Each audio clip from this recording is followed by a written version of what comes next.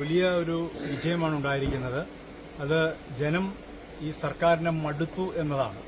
സർക്കാരിന്റെ അഴിമതിയും കെടുകാര്യസ്ഥതയ്ക്കുമൊക്കെ എതിരെയുള്ള വലിയ ജനവിധിയാണ് ഇന്ന് ഉണ്ടായിരിക്കുന്നത്. കാരണം ഇവര് കഴിഞ്ഞ കാലങ്ങളിൽ കഴിഞ്ഞ 10 വർഷമായി ഈ നാട്ടിൽ നടത്തിയ അഴിമതിയും അവരുടെ ദുർഭരണത്തിനുമെതിരെയുള്ള വലിയ ജനവികാരമാണ് ഈ തെരഞ്ഞെടുപ്പിൽ പ്രതിഫലിച്ചിരിക്കുന്നത്. അത് കേരളമെമ്പാടും നമുക്ക് കാണാൻ കഴിഞ്ഞിട്ടുണ്ട്. അതുകൊണ്ടാണ് 100-ൽ പരം സീറ്റുകളുടെ ഭൂരിപക്ഷത്തിൽ ഐക്യജനാധിപത്യ മുന്നണി ഇന്ന് കേരളത്തിൽ അധികാരത്തിലേക്ക് കടന്നു വരുന്നത്. അത് തീർച്ചയായിട്ടും ഒരു വലിയ താക്കീതാണ്. ജനവിരുദ്ധത സമീപനങ്ങൾക്കെതിരെയുള്ള വലിയ ജനകീയ താക്കീതാണ് ഈ തെരഞ്ഞെടുപ്പ് ഫലം എന്ന് പറയാൻ ഞാൻ ആഗ്രഹിക്കുകയാണ്. ഇവിടെ UDF മുന്നോട്ട് വെച്ച എല്ലാ വിഷയങ്ങളും അത് ജനമധ്യത്തിൽ തുറന്നു കാട്ടുവാൻ ഓരോ കാര്യങ്ങൾ കൃത്യമായ നിലയിൽ മുന്നോട്ട് വെച്ചത് അടക്കമുള്ള കാര്യങ്ങൾ അത് ജനം ഉൾക്കൊണ്ടു എന്നുള്ളത് വേണം മനസ്സിലാക്കാൻ. അല്ല ഇത്രമാത്രം ഒരു ലാൻഡ് സ്ലൈഡ് വിക്ടറി UDFന് ഉണ്ടാവുകയില്ല. തീർച്ചയായിട്ടും ഈ വിജയം എന്ന് പറയുന്നത് UDFന്റെ കെട്ടുറപ്പിന്റെ ടീം UDFന്റെ വിജയമാണ്. അത് UDFനെ സംബന്ധിച്ച് കൂടുതൽ ഉത്തരവാദിത്തം നൽകുന്ന ഒന്ന് തന്നെയാണ്. പിറവത്തെ സംബന്ധിച്ചും തീർച്ചയായിട്ടും ഈ ഭരണവിരുദ്ധ വികാരം ഏറെ ആഞ്ഞു വീശിയ ഒരു പ്രദേശം തന്നെയാണ്. UDFന്റെ ചിട്ടയായ പ്രവർത്തനങ്ങൾ തീർച്ചയായിട്ടും ഇവിടെ വലിയ രീതിയിൽ ഫലം കണ്ടിട്ടുണ്ട്. വളരെ ഏകോപനത്തോടെയുള്ള പ്രവർത്തനങ്ങളാണ് ഞങ്ങൾ നടത്തിയത്. ഒപ്പം തന്നെ പിറവത്ത് പ്രത്യേകിച്ച് പണാധിപത്യത്തിന് മേലുള്ള ജനാധിപത്യത്തിന്റെ വിജയം കൂടിയാണ് പിറവത്തെ തെരഞ്ഞെടുപ്പ് റിസൾട്ട് എന്ന് പറയാൻ കൂടി ഞാൻ ആഗ്രഹിക്കുകയാണ്. ഈ കഴിഞ്ഞ തെരഞ്ഞെടുപ്പ് സമയത്ത് വലിയ രീതിയിലുള്ള വ്യാജ പ്രചാരണങ്ങളും നുണപ്രചാരണങ്ങളുമാണ് LDFന്റെ സ്ഥാനാർത്ഥിയും BJPയുടെ സ്ഥാനാർത്ഥിയായ 2020യുടെ സ്ഥാനാർത്ഥിയും നൽകി വന്നുകൊണ്ടിരുന്നത്.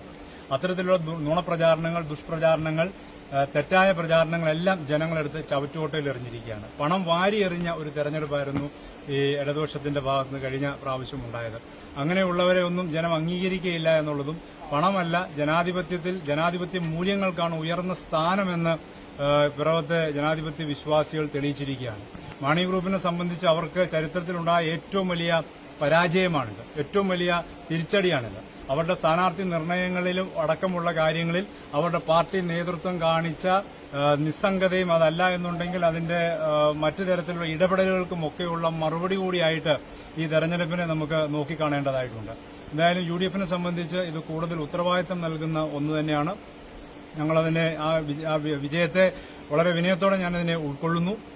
ജനങ്ങൾ നൽകിയിരിക്കുന്ന ഉത്തരവാദിത്തത്തെ പൂർണ്ണ അർത്ഥത്തിൽ ഉൾക്കൊണ്ടുകൊണ്ട് ഇവിടെയും UDFന്റെ കൃത്യമായ പ്രവർത്തനത്തിൽ മുമ്പോട്ട് പോയി നമ്മുടെ നാട്ടിലെ കഴിഞ്ഞ 10 വർഷമായി ഈ സർക്കാരിന്റെ വിപരീത സമീപനങ്ങൾ മൂലം മുടങ്ങിക്കിടന്ന എല്ലാ വികസന പദ്ധതികളും ഒന്നൊന്നായി അത് ഞങ്ങളിവിടെ പൂർത്തിയാക്കി ജനങ്ങൾക്ക് ഞങ്ങൾ തുറന്നു കൊടുക്കും. ഓരോ കാര്യങ്ങൾ അത് റോഡുകളാവട്ടെ, ബൈപ്പാസുകളാവട്ടെ, പാലങ്ങളാവട്ടെ, വിവിധ സ്ഥാപനങ്ങളാവട്ടെ എല്ലാം തീർച്ചയായിട്ടും അതുകൊണ്ട് വലിയ ഉത്തരവാദിത്തമാണ് ഞങ്ങളെ ഏൽപ്പിച്ചിരിക്കുന്നത്. ആ ഉത്തരവാദിത്തം ഭംഗിയായി തന്നെ നിറവേറ്റാൻ ഞാൻ ആഗ്രഹിക്കുന്നു. ഞങ്ങളുടെ UDF ടീം തന്നെ ആഗ്രഹിക്കുന്നു. അതിനകത്ത് എല്ലാവരുടെയും സഹകരണം ഉണ്ടാവണമെന്ന് അഭ്യർത്ഥിക്കുന്നു. എന്നെ സഹായിക്കുകയും എന്നെ വിജയിപ്പിക്കുകയും ചെയ്ത എല്ലാ പ്രിയപ്പെട്ട ജനാധിപത്യ വിശ്വാസികളോടും ഹൃദയത്തിന്റെ ഭാഷയിൽ ഞാൻ നന്ദിയും കൂടി രേഖപ്പെടുത്തുന്നു. വലിയ ഭൂരിപക്ഷം ഇത്തവണ കഴിഞ്ഞ തവണത്തെ അപേക്ഷിച്ച് ഏതാണ്ട് ഇരട്ടിയുടെ അടുത്ത് വന്നിട്ടുണ്ട്. എങ്ങനെ കാണുന്നു അതിനെ എങ്ങനെ വിലയിരുത്തുന്നു? ഞാൻ അവിടെയാണ് പറഞ്ഞത്, അത് ജനങ്ങൾ UDFന്റെ പ്രവർത്തനങ്ങൾക്ക് ലഭിച്ച അംഗീകാരമാണ്. ഞാനെന്ന വ്യക്തിക്ക് മാത്രമല്ല ഐക്യജനാധിപത്യ മുന്നണിയുടെ നയങ്ങൾക്ക് ലഭിച്ച അംഗീകാരമായിട്ട് ഈ തെരഞ്ഞെടുപ്പ് ഫലത്തെ നോക്കിക്കാണുവാനാണ് ഞാൻ ആഗ്രഹിക്കുന്നത്. ഞങ്ങളുടെ ഏകീകൃതമായ പ്രവർത്തനങ്ങൾ ഒരു ടീം UDF എന്നത് സംസ്ഥാനം മുതൽ താഴെ വാർഡ് തലത്തിൽ വരെ, ബൂത്ത് തലത്തിൽ വരെ ഞങ്ങൾക്ക് കൊണ്ടുവരാൻ കഴിഞ്ഞു. അത് ഇവിടെ പ്രതിഫലിച്ചു. അങ്ങനെയുള്ള ഒരു വലിയ ഏകോപനത്തോടുള്ള പ്രവർത്തനമാണ് ഈ വലിയ വിജയത്തിലേക്ക് ഞങ്ങൾക്ക് എത്തിച്ചേരുവാൻ കഴിഞ്ഞത്. ഒപ്പം തന്നെ ഞാൻ ആദ്യമേ പറഞ്ഞതുപോലെ നുണപ്രചാരണങ്ങളും വ്യാജ പ്രചാരണങ്ങളും പണക്കൊഴുപ്പുമായിരുന്നു ഇവിടെ LDFന്റെ സ്ഥാനാർത്ഥി പ്രത്യേകിച്ച് ഇവിടെ കാണിച്ചു കൂട്ടിയത്. അപ്പൊ അതിനൊക്കെയുള്ള ഒരു വലിയ താക്കീത് കൂടി ജനങ്ങൾ നൽകിയിരിക്കുകയാണ്. ഇങ്ങനത്തെ പരിപാടികളായിട്ട് ഇനി വരണ്ട എന്ന് ജനം അവർക്ക് നൽകുന്ന ഒരു മുന്നറിയിപ്പ് കൂടിയാണ് ഈ വലിയ ഭൂരിപക്ഷം എന്നതുകൂടി പറയാൻ ഞാൻ ആഗ്രഹിക്കുകയാണ്. പ്രതീക്ഷിച്ച ഭൂരിപക്ഷമാണോ അത്? അങ്ങനെ ചോദിച്ചാൽ വലിയൊരു ഭൂരിപക്ഷമാണ് ലഭിച്ചിരിക്കുന്നത്.